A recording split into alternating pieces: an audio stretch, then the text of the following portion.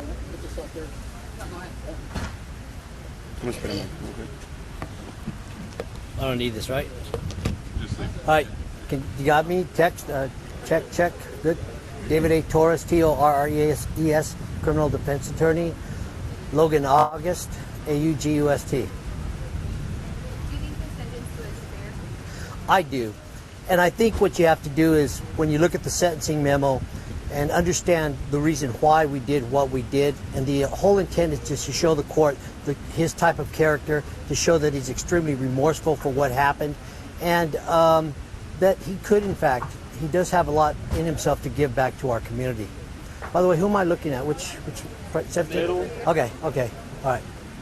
For Logan, that judge stood there and said that he walked into that courtroom this morning believing that police corruption crimes are prison cases, not probation cases, and proceeded to give you probation. What are you thinking as he's telling you that? Well, I think this is, for me, actions speak louder than words, and my actions that got me here, those spoke for where I was at that time in my life, and those decisions that I chose to do myself were horrible. But since that time, I've decided to show my children how to correct a wrong, at least to the best of our ability, which is, this can't be something that I let weigh me down and not do anything as a father or as a husband or as somebody in Bakersfield or Kern County.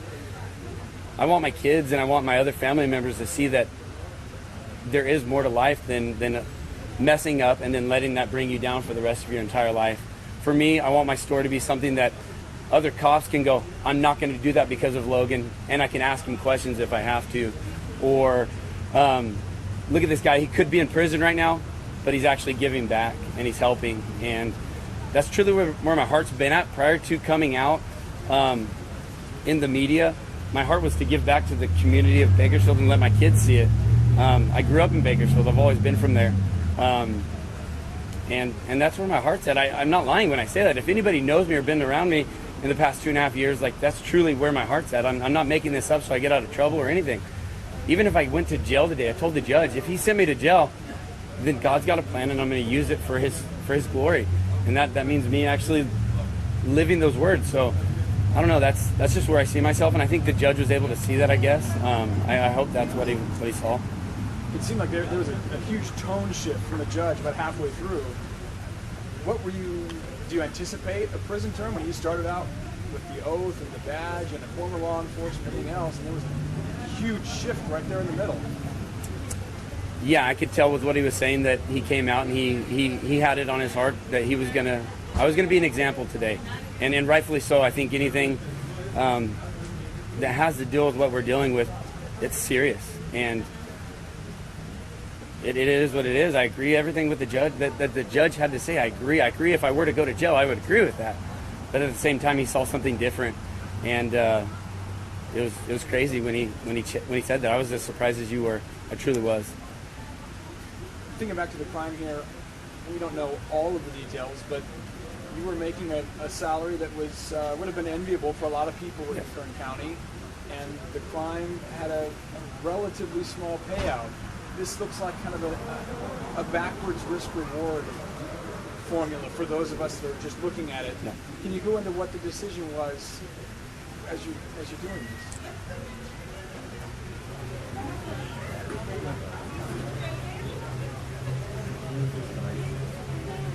this? Okay. Look, it was an act that was committed. He is extremely remorseful. We've talked about this, and he's talked to you folks about it. It's in our sentencing statement, but it's something that he's extremely remorseful for. What would you say to community members who think that you should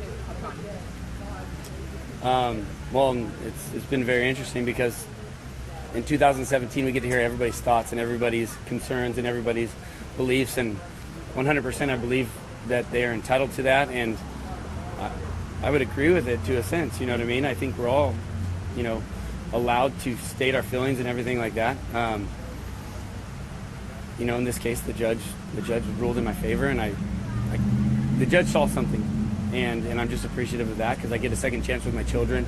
I get a second chance as a husband and as a community member of Kern County. You put yourself out there a lot on social media, having your family say, why do you do that? For me, this is not the most glamorous way to give back to the community or to show that I'm a Christian or that things. This is what I've been given, and I have one opportunity to do it right and to show my children, like I said, and show my wife and to show the rest of the community that I am serious about what I say.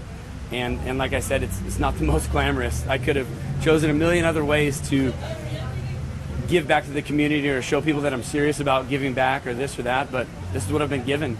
And I think when the rubber meets the road, I'm trying my best, and I want people to see that this is my heart and this is what I want to do, and I want to give back, and I want to do it the right way. You began to touch on a little bit in there with the judge, but how do you plan to perform your community service hours? What do you hope to do to give back? In the past, I owned a gym, and it was a gym of about 200 people, and we used to give back to philanthropic endeavors with cancer and Give 5, which is autism, and all of the above. I recently had a chance to go into Jason's retreat, and there's just so many young men who are dealing with substance abuse. But the bigger picture is I was a child of somebody who dealt with drug abuse issues, and he didn't have an opportunity to be there because he was addicted to drugs. And so I've been able to go in and just share, like, hey, these kids, if you were to reach out to your kid and just say I love you at the end of the day, like, you're doing way more than you would do if you're just sitting here guilty and feeling like you're, some bad father. And so for me moving forward is I want to be a positive influence to these guys who they're on probation like me, or they're dealing with some sort of a conviction or something that's keeping them out of being with their family, and just showing them little ways that they can be an impact on their kids. For me, I would have given $1 million to have my dad tell me that he loved me at night. I didn't get that, and I get my dad back now as a 31-year-old today. But then I wish somebody would have spoken into my dad's life and told him, hey, call your son, tell him you love him. Call your daughters, tell him you love him. Show up for a birthday. I see myself moving forward. If I get an opportunity to work with groups, then amen, I'll do it. But as of right now, my name's got a little bit of tarnish with it, and so if I get to go in and work with people who are addicted to drugs and whatever, then that's where I want to be. So. And we saw you and Derrick kind of share a moment where you said we're still best friends, we're still involved in each other's lives. Obviously, we saw with Damasio and Patrick Mara, they said they were friends. This ripped them apart. Why have you guys made this work? What has it been like in this process getting to today? Me and Derrick, from the get-go, we've gone through everything together. We started our careers together, and then we advanced together. But Derrick is truly my brother. He is somebody that I love and respect. But like I addressed with his family, this is something that I could have taken an opportunity where Derrick's family was hurting for money, where they were hurting, and I could have been a positive influence on his life. And in turn, I helped, in a sense, kind of corrupt him a little bit. You know what I mean? And I gave him bad influences. And me realizing that early and accepting that and trying to work with Derrick, we've leaned on each other throughout this entire time. It's not his fault that I'm here, and I think he feels the same way. But I'm so apologetic to his family because I could have impacted him in a way better way, but I chose not to. And we're both paying for that now. But I love him with all my heart. He's my best friend, and I love his wife and his kids. And that'll never change. One question. One of the things your wife spoke about inside that room was the culture of the sheriff's department narcotics unit. Do you think that the sheriff's department has a larger problem with deputies like yourself that's abusing rules? Is there a culture problem there?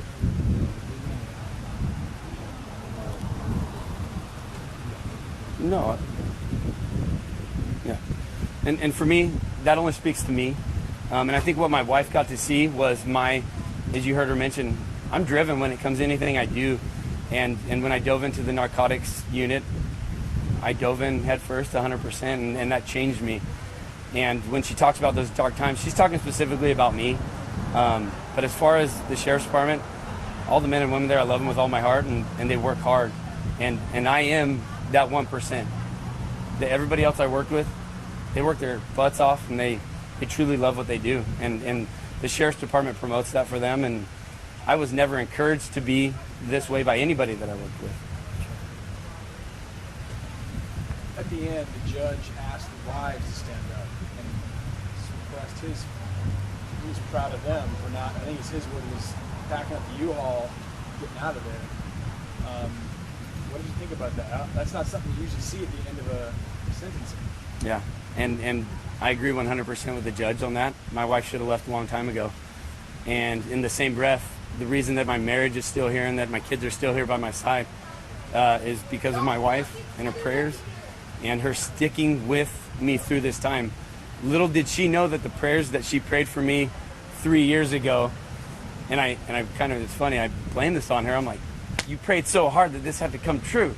But I firmly, like I told the judge, I'm thankful that this has happened because I get a second chance as a husband, I get a second chance as a father, and I wouldn't change it for the world. If you go back and say, hey, you're not going to get caught, just leave, I wouldn't change that. I want to go through this, and I want to be the husband that I am now. I want to be the father that I am now.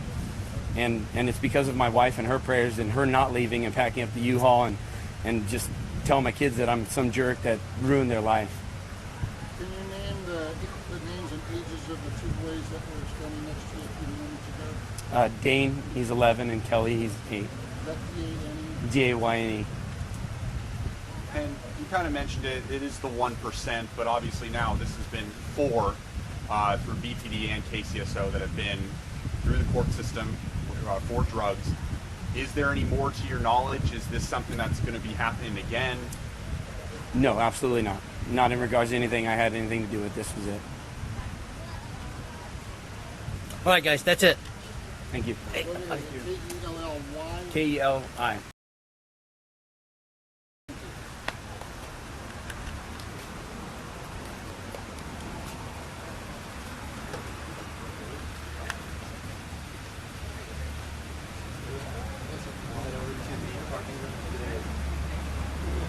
Thank you. David buying this lunch?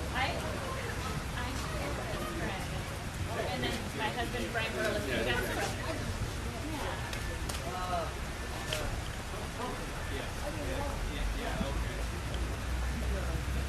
Yeah.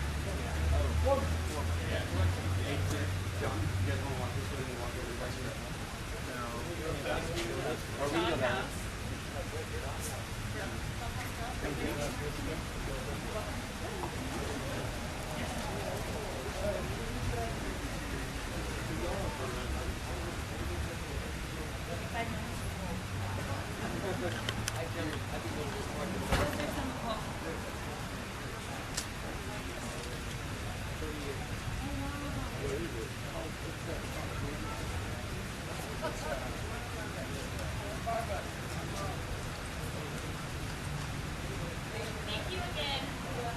Appreciate it a lot. See you guys.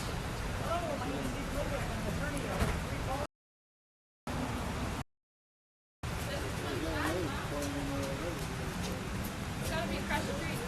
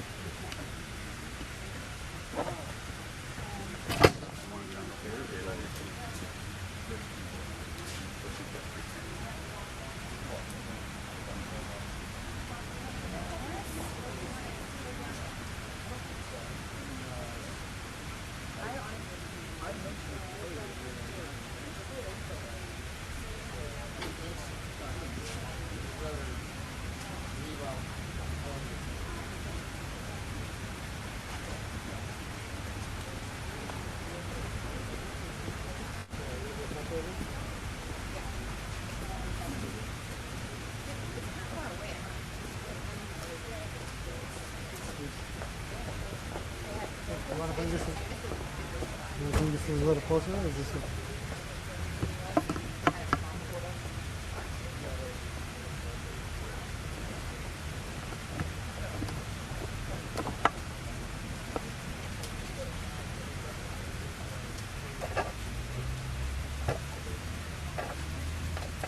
How's that?